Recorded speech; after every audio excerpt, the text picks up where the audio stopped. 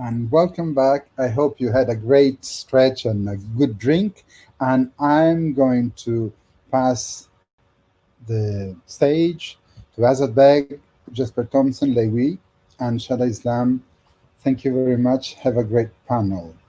Good morning and good afternoon to friends and colleagues around the globe. I'm very pleased and honored to be sharing this panel with such a distinguished both an audience and a great panel. I would like to.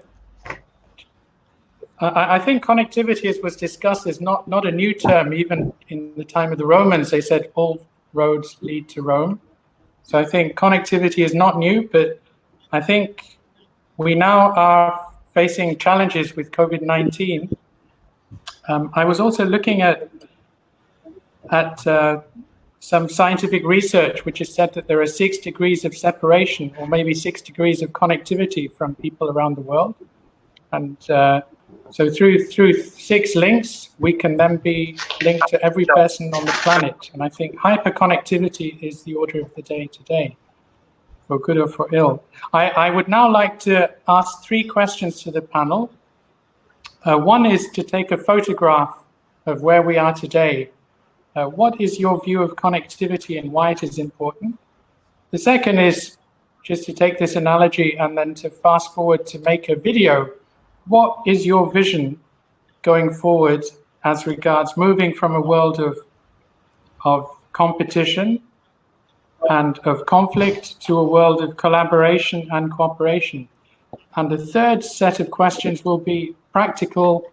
What would be your specific recommendations, both to EU and other ASEM leaders around the world? So with that, it's my pleasure to welcome our first speaker. That's Dr. Yo Lei Hui. She's the director of the EU Centre in Singapore. She's on the advisory board in universities in Australia, in Leuven, in Estonia, and Leiden in the Netherlands. She's focusing on EU, ASEAN, and Europe-Asia studies, and also on comparative regionalism, multilateralism, and governance. So my questions to Dr. Yo Lei Hui are, can you explain to us what is connectivity as a concept, and what experience has ASEM brought to this, and what would be your answer broadly to the 3 sets of questions? Over to you. I'm sorry, I'm not Yo Lei Hui. We have a little problem with the connection with Yo Lei Hui, and she is not able to come on stage right now. I'm really sorry about this. We're trying to solve the issue. Right. Okay, she's actually in Singapore, so this is showing that we're closer to home. So maybe in the interim, I could then ask, if that's okay, Jesper to step in. And Jesper is the connectivity coordinator at the Ministry of Foreign Affairs in Denmark. He's also the representative on the board of the AIIB. He has strong experience, having been posted to Tokyo, Islamabad, Skopje, and Ouagadougou. So he I think, brings also the security, development, and financing aspect from a practical point of view. So Jesper, can you explain to us, why is global connectivity under pressure today, and what are the challenges, and what's the way out? Please, Jesper. Thanks, Azad, and thanks for the kind introduction. Let me start by giving you a little bit more context of where I'm coming from, so you understand that. It was a Danish company that 150 years ago laid the first telegraph cables that connected Northern Europe with East Asia from Copenhagen to Shanghai, effectively cutting communication time from weeks to hours. Denmark is also a large maritime player. About 1 in 10 of all containers shipped globally are on board Danish vessels. On top of this, Denmark is a small, open, and export-driven economy. So, in short, we live on and by connectivity. And we are frankly a bit concerned because global connectivity is under pressure, as Azad mentioned. Firstly, global connectivity taken as a whole is not environmentally sustainable because it's mainly based on fossil fuels. Second, COVID-19 has temporarily disrupted global connectivity, and more worryingly, there are signs that COVID will usher a more mercantilist era after 3 decades of global free trade. Third, the increasing global geopolitical tensions have put new strains on connectivity. These are trends that we should all be worried about, not only Denmark, and we must strive to counter. Because without comprehensive and sustainable connectivity, we will all be poorer and dirtier. So, historically, successful entities have been the best connected one. As I already mentioned, the Romans, and they're of course the classical example. The Roman Empire understood well that when it built roads, understood well the importance of connectivity, and you can still see there are still roads today built by the Romans that are actually being used with the original pavement. The least successful states, on the other hand, look at communist Albania or present-day North Korea, all have bad connectivity.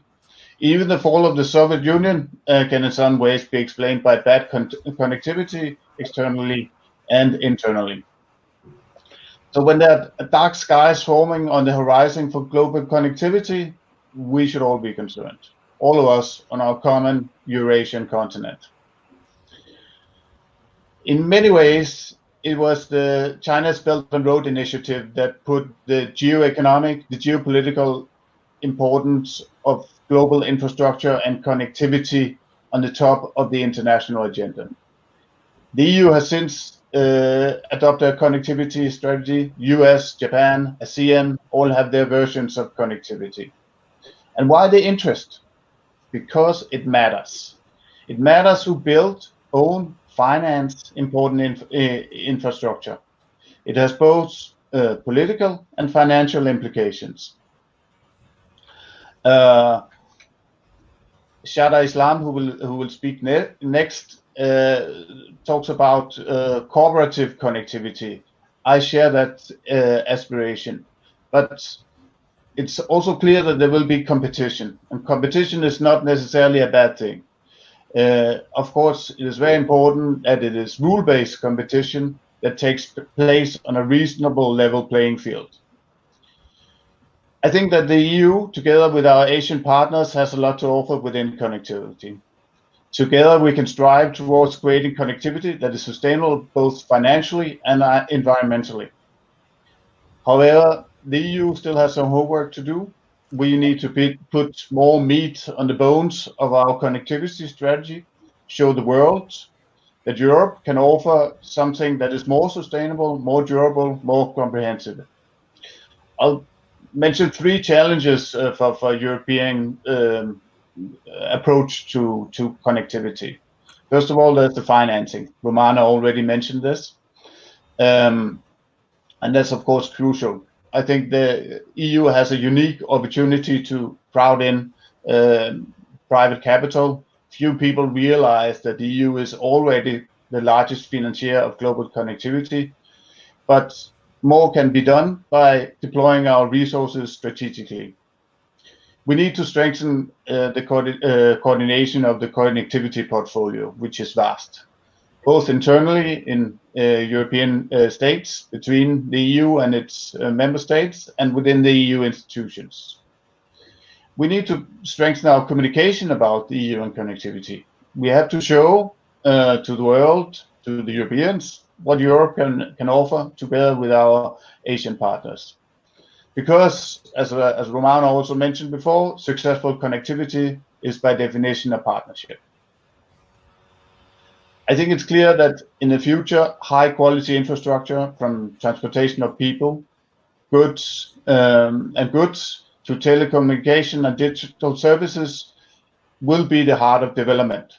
Cooperation in these areas are not only key to enhance connectivity in Europe, Asia, Africa, and beyond, but also key to achieve the Paris climate goals and create resilient societies. Traditional development policies does not always withstand the multifaceted challenges faced on the ground. For Europe and our Asian partners, we are entering the final countdown to achieve sustainable connectivity. It's a final countdown because building connectivity will be an important part of the COVID-19 recovery, and if this recovery is not environmentally sustainable, we are unlikely to achieve our common Paris climate goals. To sum up, connectivity is under pressure. Partnerships between Europe and Asia is crucial to handle the challenges that we are facing. And with this, I would like to thank you for this opportunity to speak, and I sincerely look forward to the discussions. Thank you very much. Over to you, Ask.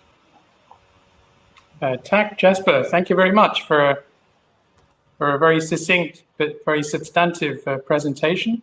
Some of the takeaways I saw is that this is not only geopolitical but geoeconomic, and there are a number of actors who have this on the top of their agenda. Not only the EU, US, Japan, China, and ASEAN, but others as well. And we have to be careful, and I take away, you mentioned also that the EU still has some homework to be done. We need also to look together at financing and communication, and I also see the final countdown, the clock is ticking here.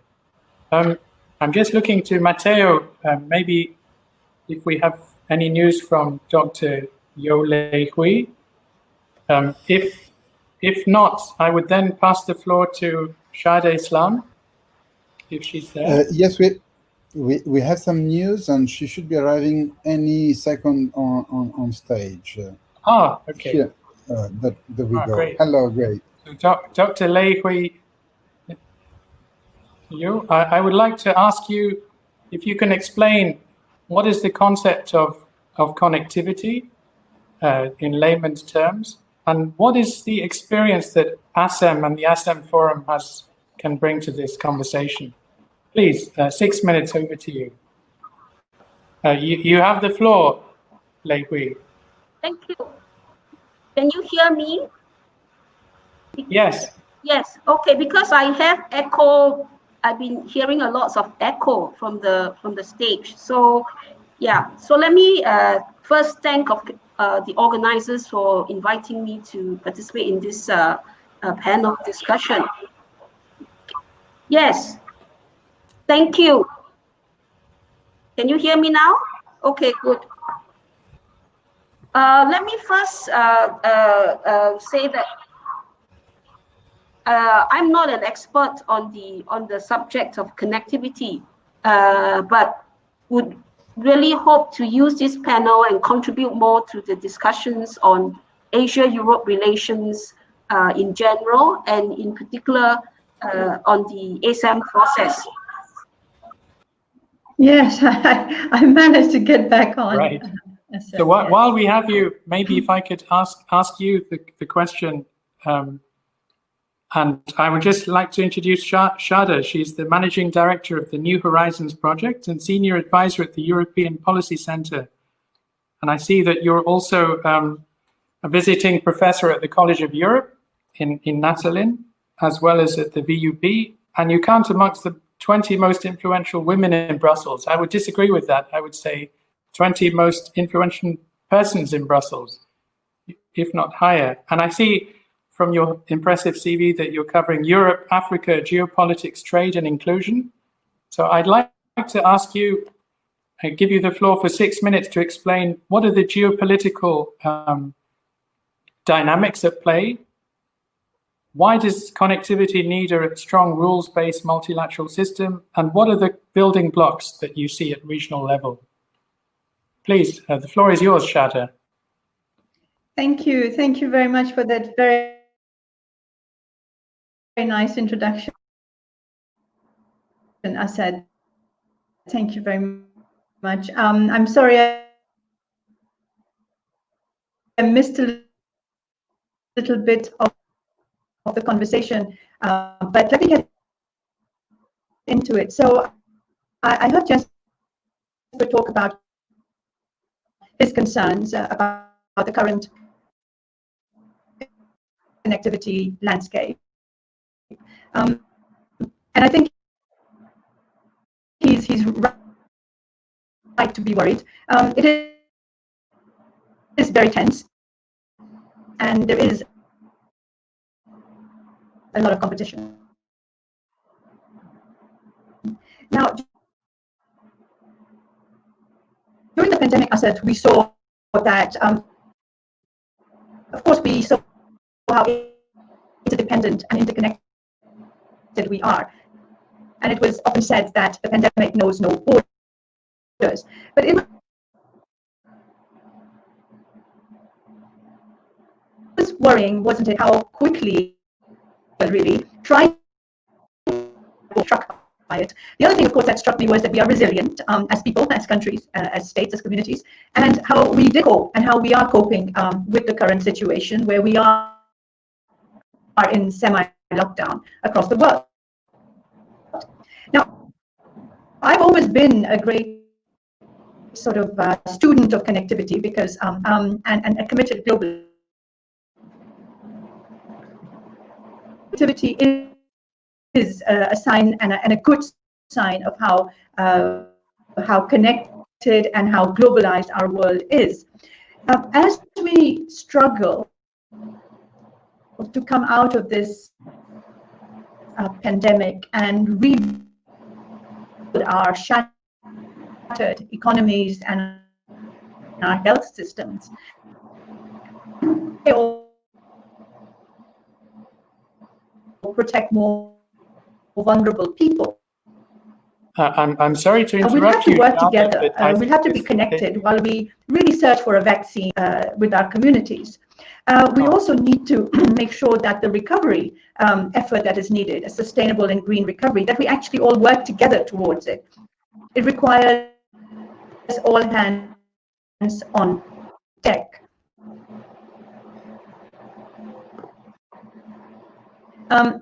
You can hear me, right, Asad? We're catching sort of 50%. It's a bit staccato, as they say. You can hear me. And not very clearly. If you could maybe just check something. You can hear me, right? Now we can hear you, but before that it was a little bit of static.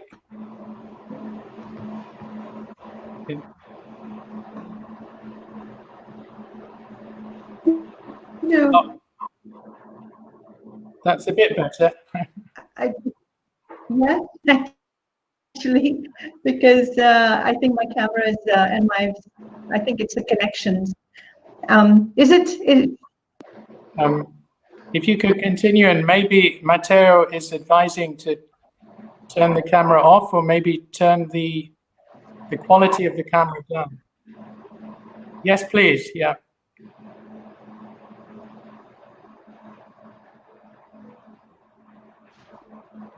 Okay, so what I was saying was connectivity is, I think, a public good.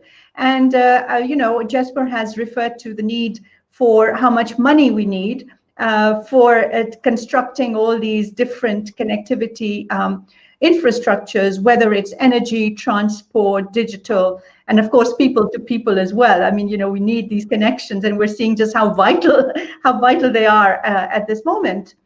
But one of the things that struck me about connectivity is also the peace agenda. You know, we're celebrating now 75 years of the United Nations.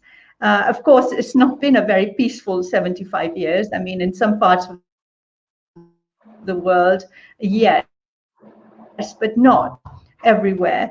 But connectivity, by bringing people together, countries together, the trade investment agenda, is also, I think, a force or should become a force for peace and conflict resolution.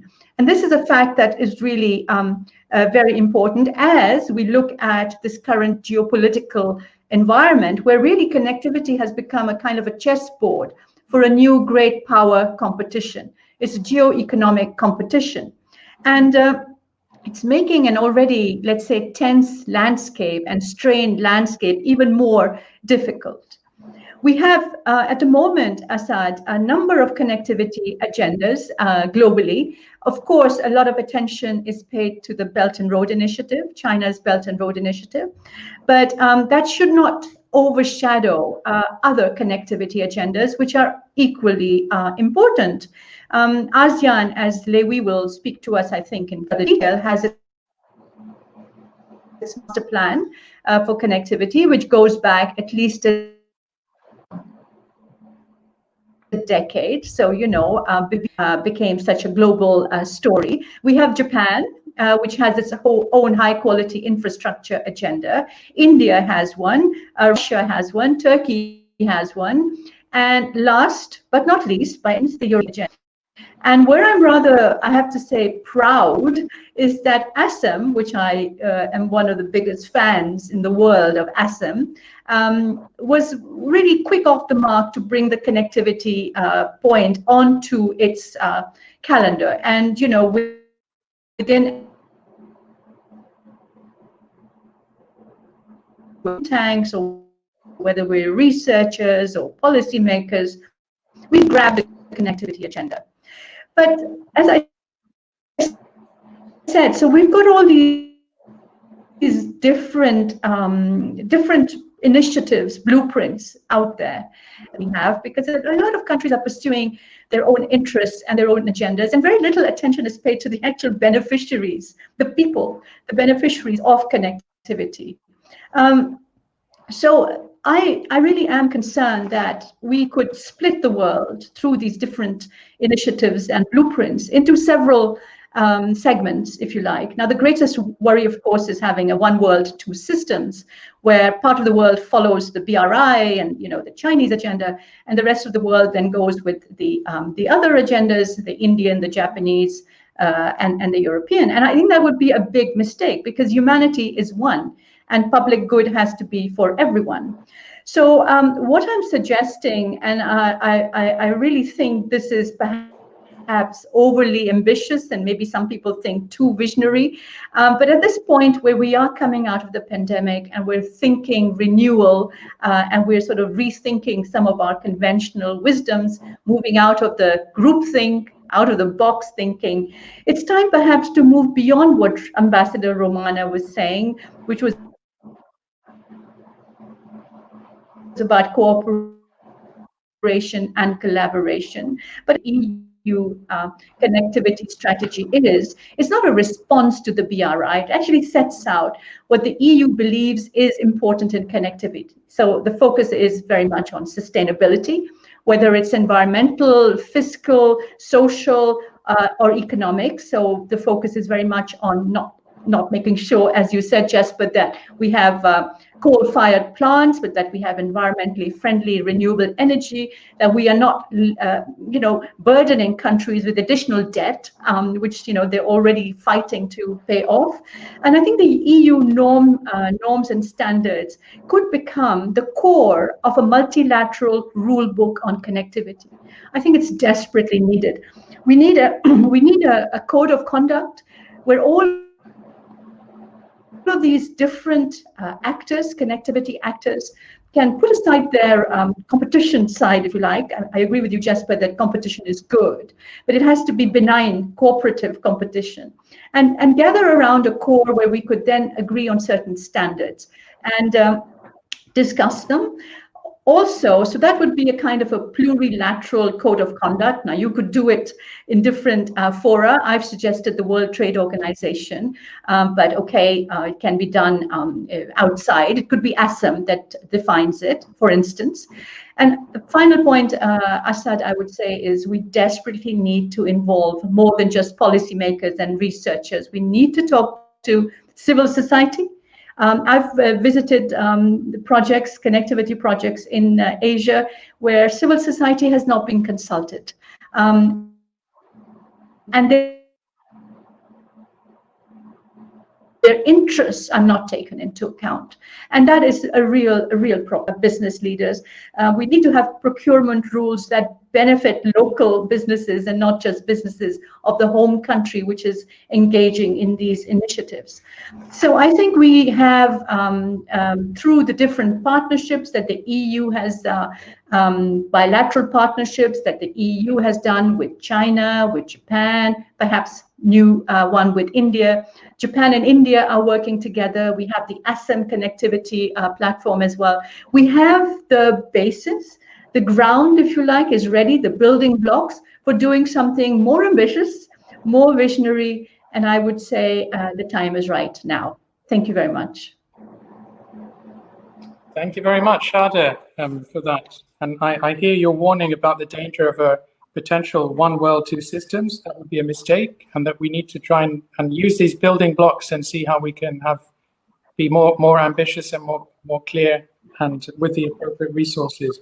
I also take away that we need to have a building on the norms and standards, and maybe the code of conduct could be a way forward, looking at our various experiences and the vital voice of civil society, which we hope this forum can be part of that conversation, bringing in different segments of society. With that, it's my pleasure to re-welcome Dr. Yo Lei Hui, who I think is a shaker mover on the not only in ASEM, but also on comparative regionalism, multilateralism, and governance networks. You were billed at the beginning, but I'm afraid because of our connectivity challenges, we had to change the order slightly. But I'd like to ask you, can you explain what is, in layman's terms, what is the concept of connectivity and what resonance and value and currency does it have today? Please, 6 minutes over to you.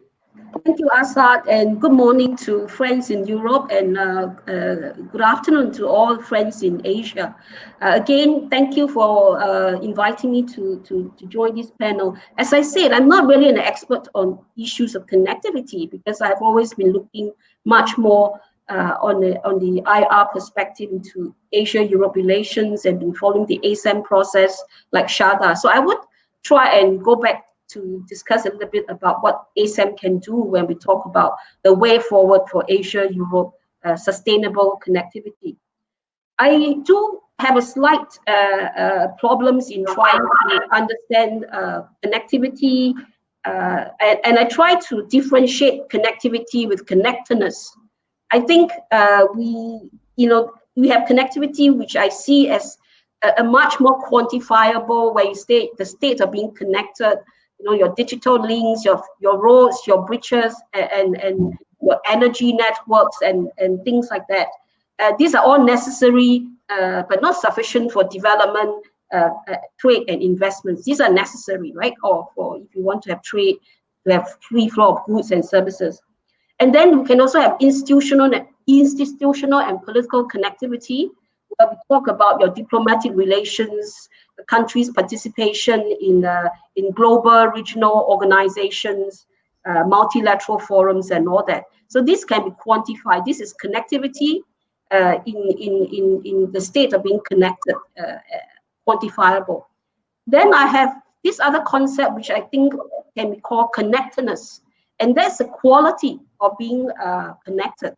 And this goes into the realm of more human social connections. You call it human connectivity, people, but it's much more even basic. Is achieving certain mutual understanding, and this is where I think where you have building blocks of confidence, unique places and platforms where mutual understanding can be developed, and if possible, to build trust. And this is where institutions such as schools, universities, research agencies, and media become important. Doesn't mean that they are neutral. Media can contribute to connectedness, but can also bring us up, can also tear us apart. So, but they are essential institutions or agencies that can bring about the connectedness, the understanding, the building of trust, the building of confidence.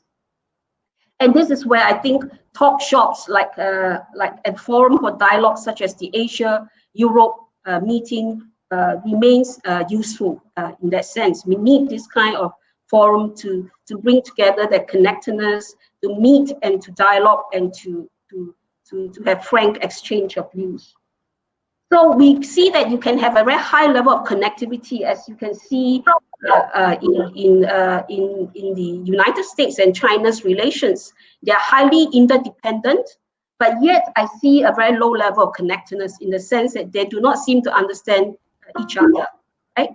So you have this, if you can put it in another way, they have achieved a very high level of interdependence, connectivity, but yet there is a very lack of trust in the relationship between the two of them. So I think once you differentiate these two concepts, connectivity and connectedness, then we can have a clearer set of priorities for different countries, different regions, and identify partners to work on the different areas. And we can then also reassess the usefulness of various institutions, the current ones, and the new institutions that we need to build, frameworks we have to deal with for the different issues of connectivity and connectedness. Secondly, I want to say that we talk about connectivity and connectedness. In reality, we are, of course, already living in a very interconnected world that is complex and messy. So we are in some way already connected in various ways, right? So if we start off with this premise that we are all living under one roof, then I think perhaps it is more useful for us when we think about connectivity and connectedness that to reorientate our mindset to see the many problems that we face now as risk and inconveniences that need to be mitigated, to be managed, rather than threats that have to be eliminated. So we shouldn't have this us, don't think of the world as us and them. As we said, we have one world, we have one household. Think of the world as an extended household of people. And you will have, of course, you can know even in your family, you can have some nice, some not so nice people, some more rational, some more emotional, some a little mentally unstable, some strong and some weak. And these differences, and so because we live in this common household, extended household, and we have many different people, there will be differences, there will be disputes, there will be conflicts, there will be competition and collaboration, there will be conflict and there can be cooperation. I think this is part and parcel of being interconnected. It will, I don't think we can eliminate conflict completely. What is necessary, what is essential for us to really think about is how do we have certain broad principles that can underline what is fair competition. Then we need to consider how do we distribute the principles for us to distribute the fruit of collaboration, right? And how to manage the conflicts so it will not spiral out of control, and at the same time differentiate or look at cooperation or structure cooperation. I'm sorry, can we hear Lei Hui? Based on interests, values, and habits. You can't hear me? Again, this is where I think ASEM... Matteo, I think my image is frozen of Lei Hui and I cannot hear her. You can? Oh, I'm sorry. So ASEM is an informal and flexible forum that could provide, as we have been talking about it for many years now, that is a place where the test bed for ideas and experimentation. We are now in this asymmetric, dynamic, multipolar world where small states and medium powers can have actually more autonomy and can exercise more agency and leadership in this very much more dynamic kind of multipolar world we are in. But of course, we know that multipolarity in our context now has not led to multilateralism, has not led to effective multilateralism because of the diffusion of power globally, making consensus sometimes difficult to reach. Hence, I think there's a case to be made for minilateralism and a more targeted approach towards solving particular problems, and also for more focus on what we have been also talking about in ASEM, functional cooperation and issue-based leadership. And I think these are ideas that have been discussed so much already in ASEM, and I hope that it's time for us really to translate all these ideas that we have been discussing within the ASEM framework into reality. So whether in areas of infrastructural connectivity or institutional connectivity, or in developing connectedness between the people, developing understanding, I think this is where the ASEM framework can be useful. So I think my last word is that if we are indeed serious about the understanding the interdependence and living and seeing ourselves as living in one world, I think we really need to be bold enough to review our own biases and our bottom line. I think, and we have to be humble and willing to make compromises and not expect the others to do so. I think there's sometimes a tendency to think that our way is the best, so you have to follow my way or no way. Yeah? So I think the best is to be able to be humble and willing to make compromises and not expect that the others will definitely follow you. So we have to make use of the different institutions and the patchwork of overlapping forums that we have. Use them. I think when the forums are there, we have to make use of them to co-create rules rather than to accommodate the imposition of one set of standards. I think, and that to me is how we can have a sustainable connectivity. Thank you. Thank you very much, Lei Hui. That was, I take away from that the distinction between connectivity and connectedness. And also you mentioned the importance of institutional people and society connectivity, and that we all live in one household, one world, one roof. Sometimes there will be different characters, different backgrounds, but we have to compromise, and that it's not my way is the only way, but we have to then co-create these rules and the rules of the house. With that, it's my pleasure to welcome Frederick Arcelin. He's the Principal Climate Change Specialist at the Asian Development Bank, not sitting in sunny Manila, but I think sitting in sunny France. He has 20 years of international experience in project management, especially on the energy sector and renewables and urban energy. Frederick, I'd like to ask you, we also heard from the previous speakers the importance of translating this into reality. I think you are really the person implementing these projects and has a good insight and overview of the challenges. What would be, can you paint us a picture of where we are now in terms of connectivity and looking at how to make this more green and clean for the future? Over to you, Frederick. Thank you, Asad. Can you hear me? Yes. Okay. I'm joining today from France, from Paris. I'm normally based in Manila, as you indicated, to bring a perspective from the Asian Development Bank. So we are a multilateral development bank, and our clients are in Asia. So the regional perspective there is going to be more from this part of the world. We have done a lot over the last 6 months to actually frame our strategic interventions in our member countries so as to take advantage of the fiscal stimulus packages that will accompany the recovery in the post-pandemic world. A number of the solutions that we propose, we actually were proposing before, because you can consider a pandemic as part of the risk that comes with global climate change. Health issues and pandemics in cities, health systems, strains on health systems will be challenged again in the future. Infrastructure investment in green low carbon infrastructure was a requirement of the recent past. It's even more so a requirement in the new normal. The last crisis in 2008, I think it was about only 16% of the stimulus that was spent on green investments.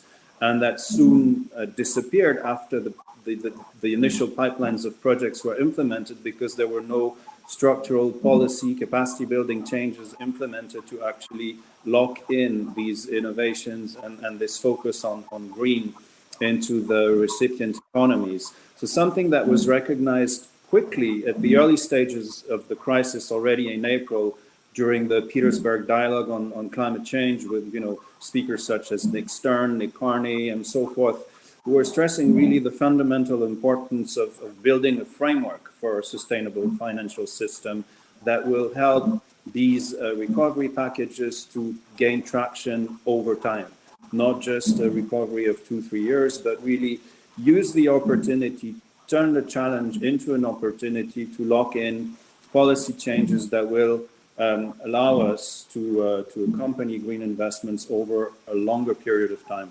We have mechanisms such as the Network for Central Banks and Greening the Financial System, the so-called NGFS.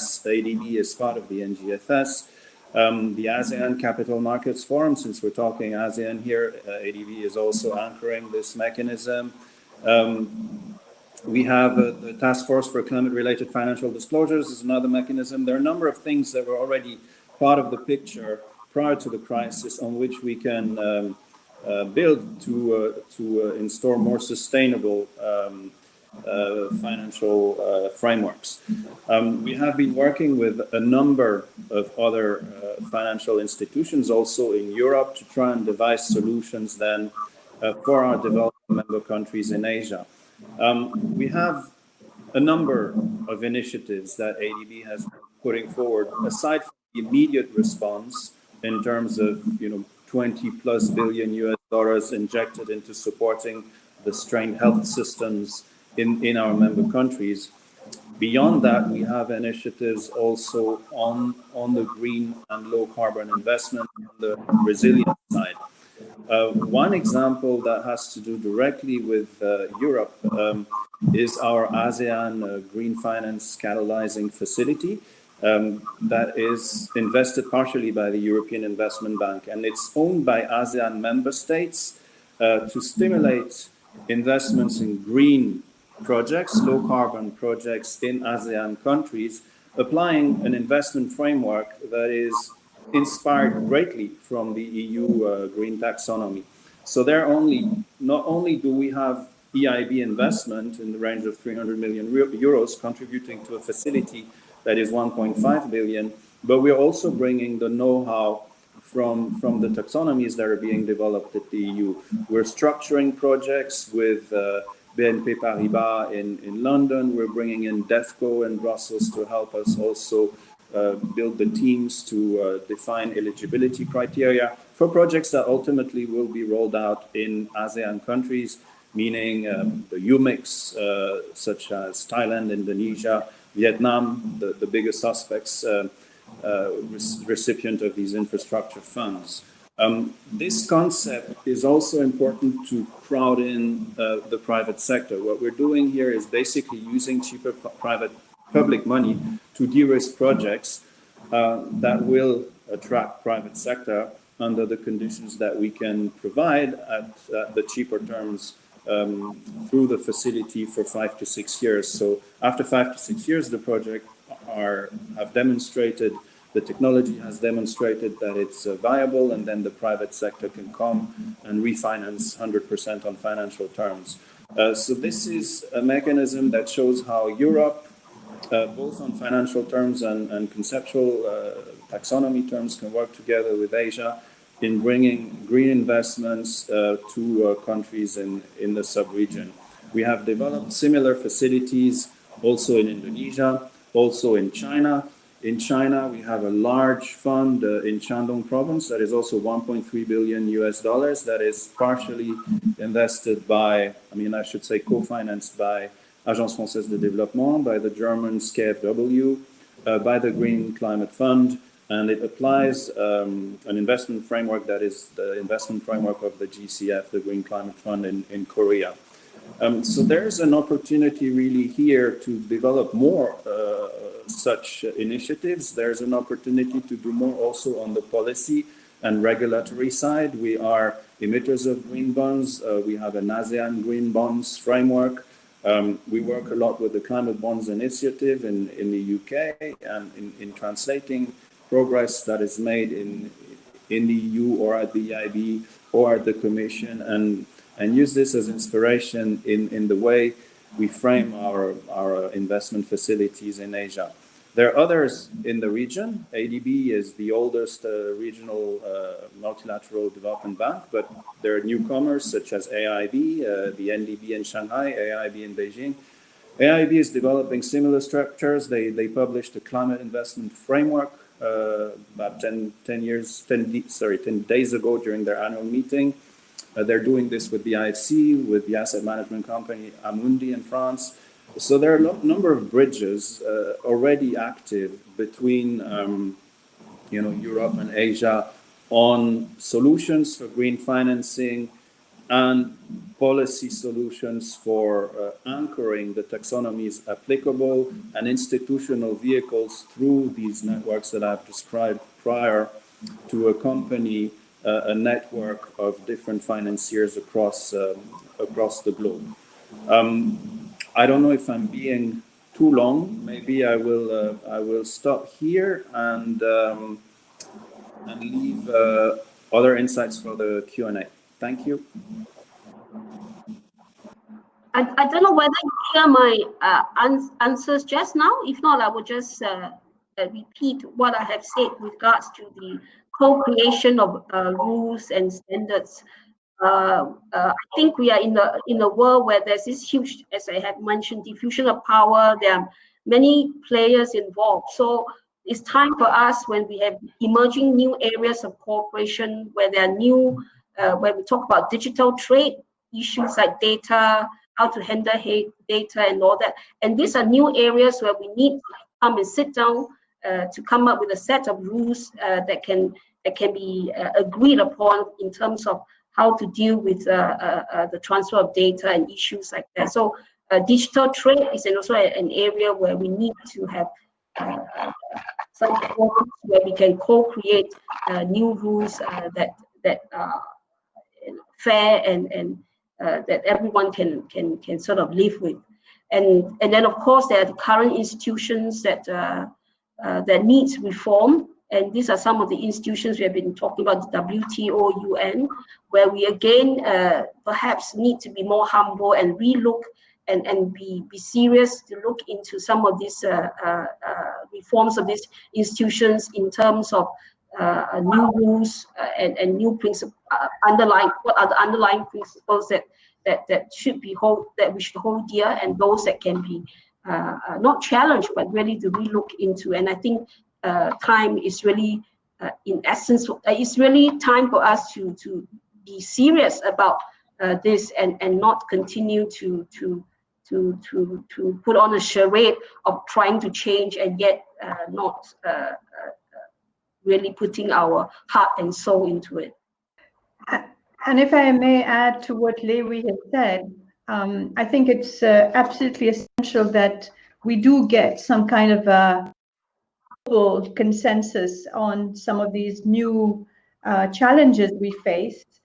But I sometimes wonder if we are on the right track, because there is this, even though we're living in a world of transition, there is this assumption in some parts of the world that only the West knows how to come up with the right rules. Can you hear me? Yeah, so I guess maybe while I still have the floor and the digital connections, I'd like to ask Jesper, you mentioned it's the final countdown. What would be your priorities going forward? I know you mentioned that the EU needs to do some homework.